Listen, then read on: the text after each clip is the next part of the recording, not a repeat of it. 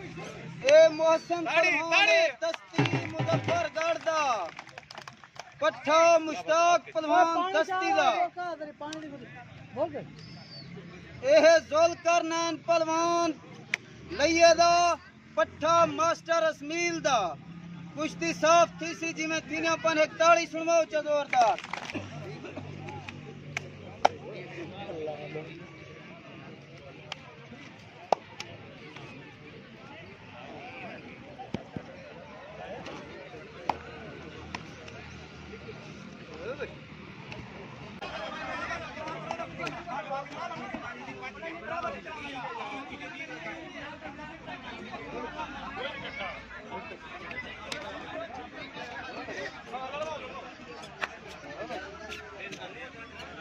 लग क्या